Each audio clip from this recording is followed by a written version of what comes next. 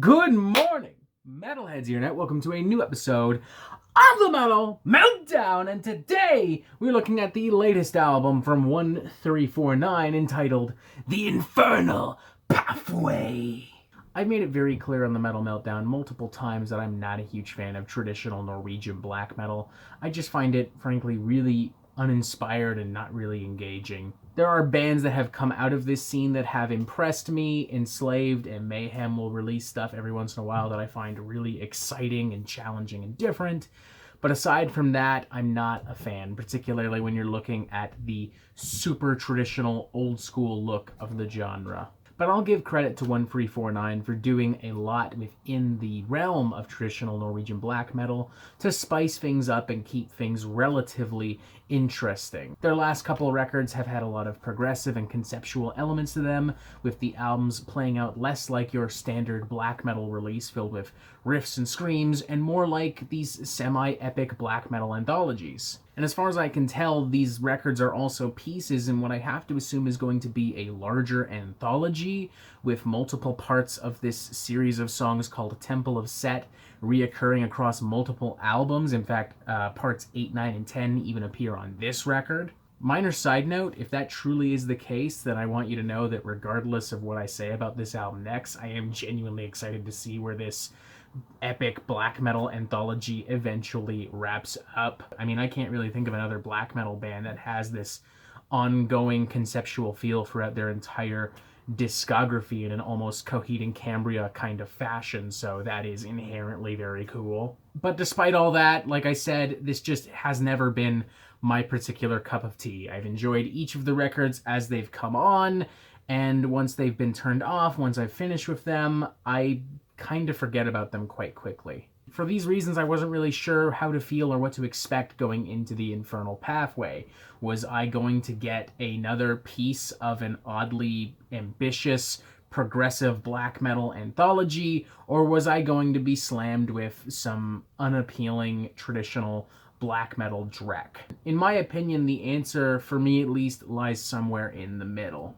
I do still like the more conceptual and experimental elements of this record in the presentation and the aesthetic, and I do also think that musically there are some pretty inspired arrangements and performances, but the key word here being some. A good majority of the record, despite its best efforts and intentions, just never really grabs me, and while I'm nodding my head and enjoying it while it's on, I frankly have forgotten about a good chunk of it immediately after listening to it. So much so that I actually had to listen to it again immediately before recording this to refresh my memory. And for obvious reasons, let's start off with the positive stuff. For one, I think the record starts off really strong. There's a really interesting, experimental, black and thrash aura that permeates in this in the very beginning. Opening track Abyssos Antithesis displays everything that I'm talking about. Within this track, you've got a bunch of these actually kind of fascinating mini arrangements culminating into one song. I like seeing all these little mini arrangements on Abyssos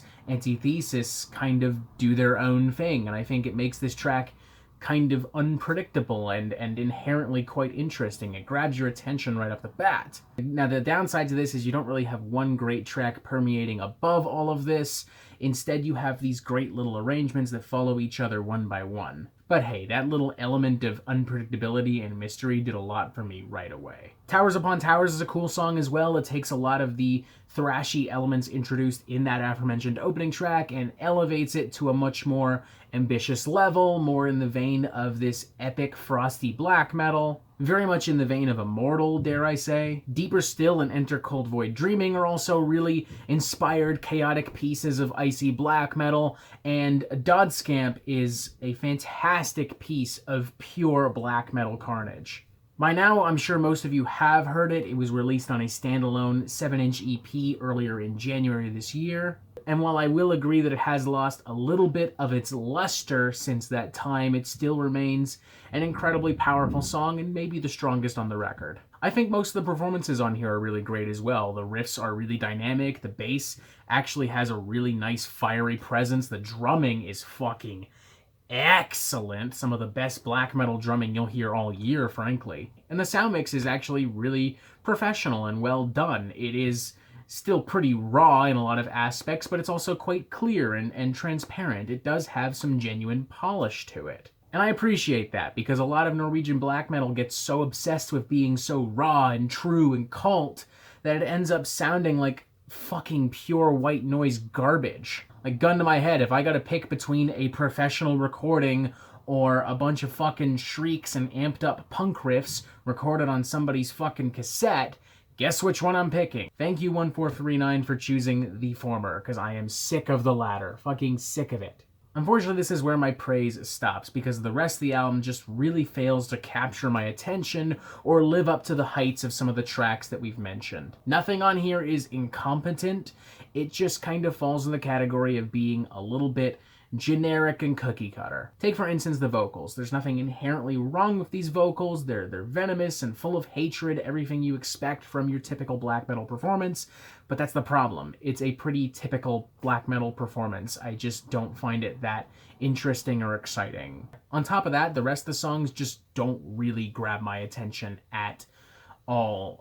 There's some interesting ideas here and there, and these guys are playing their asses off, no doubt about it, but they do kind of get by on simply being really energetic. I had hoped that maybe if I was patient and gave this record a little bit more time, it would grow on me, because I had similar complaints to this year's Immortal Bird record, and it ended up growing on me quite a bit. I bumped that up from a 3 out of 5 to a 4 out of 5 by the time the review went up. But that just didn't really happen to me. A lot of the songs started to bleed together, and on multiple listens, even the songs that I initially really enjoyed lost a little bit of their luster. I also didn't think that these little Temple of Set interludes were really that interesting. They really only exist to give you a short break from the black metal chaos that this album consistently unleashes. Now again, if all of these albums are a part of a black metal anthology, then maybe they add something in that sense, but again, that's something I don't think we would know for sure until this black metal anthology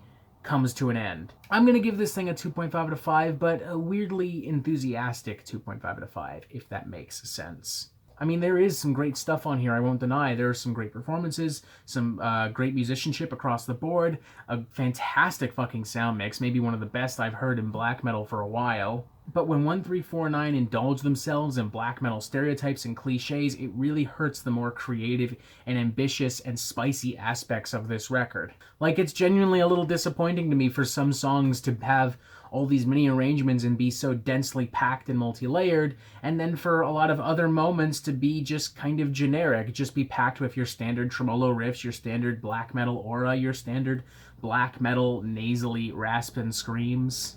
I don't think it would be unfair for me to say that I am a little bit biased going into this record. As I've made it clear, I'm not a huge fan of this kind of black metal. But that's also why I spent a little more time with this than I maybe normally would have.